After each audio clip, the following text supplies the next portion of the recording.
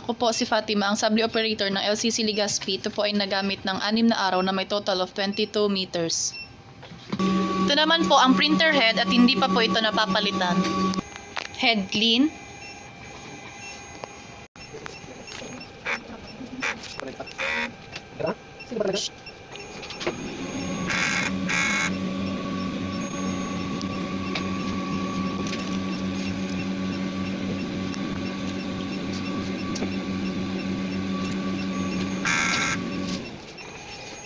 Ito naman ang nozzle test.